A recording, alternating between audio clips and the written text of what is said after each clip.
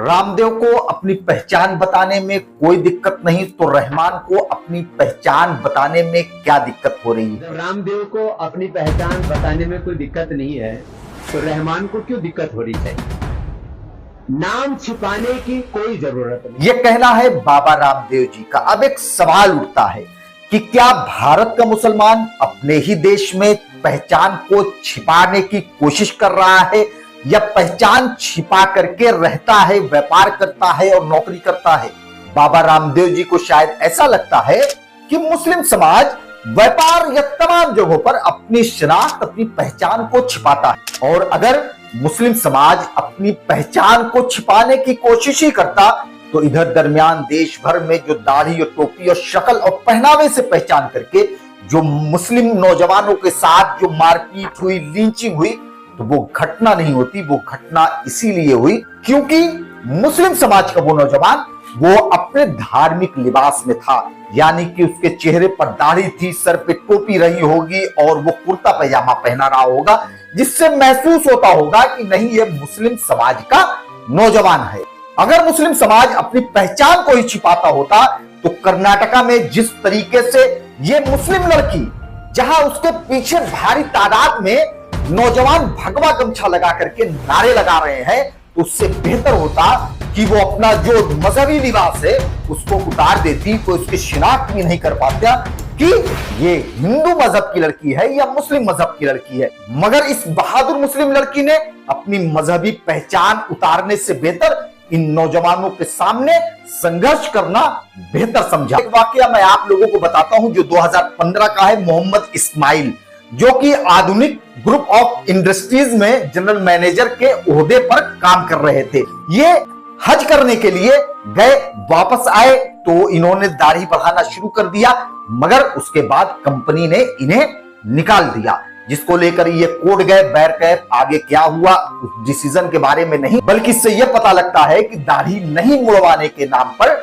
इन्हें नौकरी से निकाल दिया गया। तो बाबा रामदेव जी को यह मालूम होना चाहिए कि मुसलमान अपनी शिनाख्त में रहना इस देश में पसंद करता है। दूसरा वाकया 2016 का है। मखदूम हुसैन, जो कि सेना में नौकरी पर थे और इन्होंने अपनी दाढ़ी नहीं बनवाया, सेना ने नौकरी से निकाल दिया। ये कोर्ट गए, बहरहाल कोर्ट ने भी माना कि नहीं, सेना में आप दाढ़ी नहीं रख सकते हैं, मगर मखदूम हुसैन ने अपनी दाढ़ी को मुड़वाया नहीं, क्योंकि वो अपनी धार्मिक पहचान के साथ रहना चाहते हैं। मैं खुद भी मुस्लिम समाज से बिलोंग करता हूं, तो मैं जानता हूं कि हमारे मुस्लिम धर्मगुरु रहनुमा जो हैं वो इस बात पर हमेशा जोर देते हैं कि मुसलमानों को अपनी धार्मिक पहचान के साथ रहना, जिसका इजाजत हमारे इस मुल्क का संविधान भी देता है।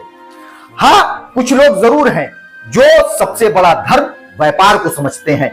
आप तमाम लोगों ने शाहरुख खान की वो रईस मूवी देखा होगा, तो ये डायलॉग भी आप देखिए, आपको सब कुछ समझ में आ जाएगा। और धंधे से बड़ा कोई धर्म नहीं होता।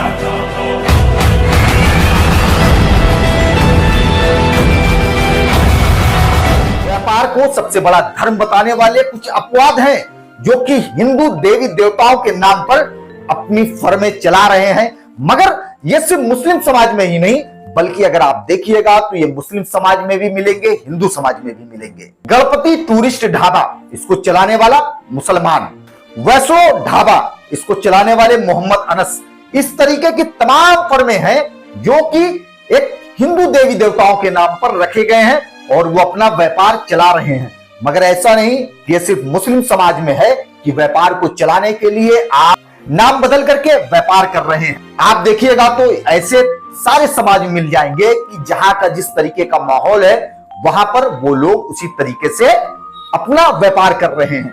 अब जैसे कि आप तमाम लोग देखिए, देश के 10 सबसे बड़े जो स्लॉटर हाउसेज हैं जो कि बीफ विदेशों में सप्लाई करते हैं, उनके नाम आपको मुस्लिम की तरह लगेंगे, मगर उनके मालिक वो हिंदू हैं। जिसमें से अल कबीर, जो कि देश का सबसे बड़ा बीफ एक्सपोर्टर है, जिसके मालिक का नाम सतीश सब्बरवाल है। और गल्फ कंट्रीज में, चाहे वो अबू धाबी हो जाए, चाहे वो मदीना हो जाए, चाहे वो दोहा हो जाए, सऊदी का रियाद, ये तमाम जगहों पर अल कबीर के अपने ऑफिसेज, अपने दफ्तर हैं। इस अमर उजाला की आर्टिकल को आप देखिएगा तो अमर उजाला के आर्टिकल के मुताबिक बीबीसी के एक जर्नलिस्ट ने जब दुबई दफ्तर के चेयरमैन सुरेश सब्बरवाल जी के पास फोन किया तो कि आप एक हिंदू समाज से बिलोंग करते हैं, मगर आपकी फर्म और आपका व्यवसाय वो है जो खास करके मुसलमान करते हैं। तो सुरेश सब्बरवाल जी बीबीसी के जर्नलिस्ट को बताते हैं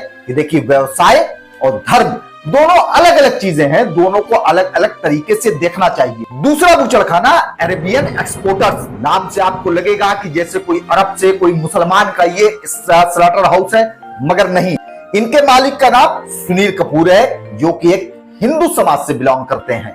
तीसरा बूचड़खाना अल-नूर, इसके मालिक का नाम सुनील सूद है। इस तरीके से जो 10 बड़े बूचड़खाने हैं जो विदेशों में बीफ और तमाम मीट को सप्लाई करते हैं, वो उसके कारोबार तमाम हिंदू भाइयों के हाथों में है। तो बाबा रामदेव जी अगर आप देखिएगा तो नाम बदल करके व्यापार करने वाले ये सिर्फ मुस्लिम समाज में नहीं बल्कि वो हिंदू समाज में भी है।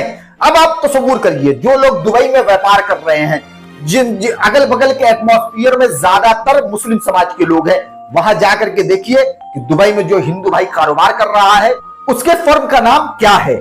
बाबा रामदेव जी को देखना चाहिए, अगर कोई दरगाह है जहां पर जायरीन आते हैं, वहां पर हिंदू समाज की कोई दुकान है, तो वहां देखिएगा कि वहां के एटमॉस्फेयर के हिसाब से तमाम चीजें होती है।